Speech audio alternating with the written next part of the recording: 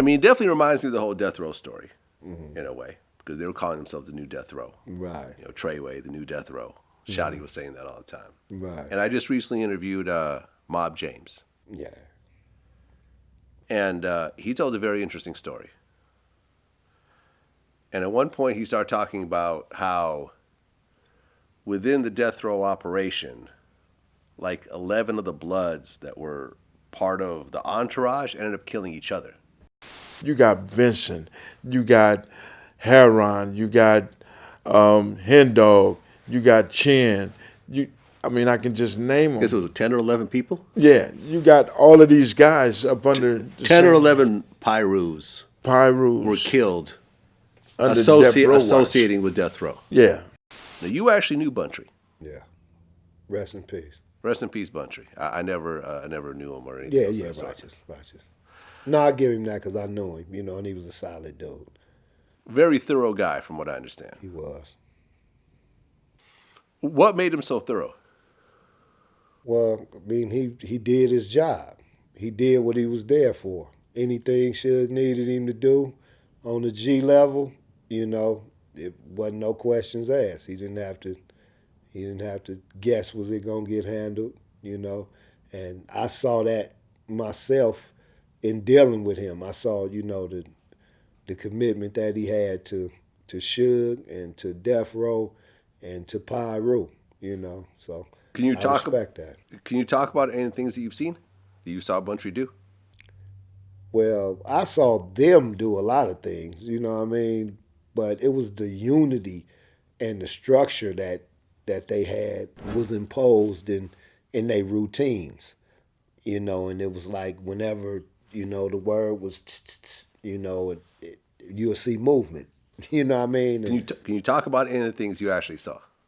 well, I could, but the man is past now. You know what I'm saying? And Okay. I don't want to. I'm sure he got kids, and he got people that love him that probably see him in a certain light, and I don't really want to expose nothing he did. I didn't really see a whole lot of bad stuff, but I seen a couple of things where business was taken care of, and he was front and center with it.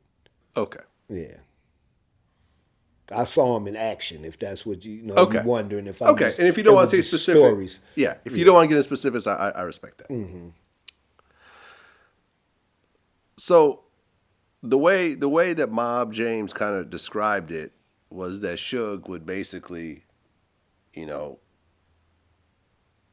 give these guys money, but a certain amount of money, and they started just fighting over each other.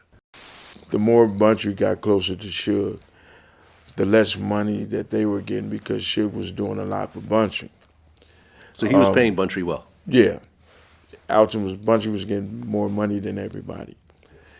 Some of the guys that was there were like straight cutthroat, like the one that killed Buntry, George, was so like, how the fuck this dude is getting this and I'm getting this? You giving me peanuts and he getting this. Monkey Man has life in prison right now over some other shit Right. that he did. Right. Afterwards. I think around the same time, something like that. Did you know Monkey Man at all? Mm-mm. No. But it just turned into just a whole fucking Was mess he a over blood? there. Monkey Man was a blood? Yeah, I believe so. Oh, okay. Yeah. Well, actually, he was, because he said that his brother was killed by another blood. Oh, okay. Did you see this level of infighting or anything else like that, or were you just so separated? Not amongst them. Like I said, they moved as a strong unit everywhere we went. When we was in Florida, they was united. When we went other places in California, they was on point. They used to get up sometime in the morning in certain hotels we would be at, and they would be out in the courtyard exercising at 5:30, 6 o'clock in the morning. And it'd be 5 or 10 of them down there, and they'd be running their routine and things, and they was real unified. And I knew a couple of them from prison and from YA as well. So Lip and Neckbone. You knew Neckbone. Man, Neckbone's still around. I haven't saw him since I've been home. Yeah, I heard he's still around. Neckbone was one of the guys involved in the MGM fight.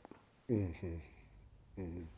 I mean, Suge, Neckbone, and Trayvon Lane are the three guys living who were involved in that whole Orlando Yeah. jumping situation.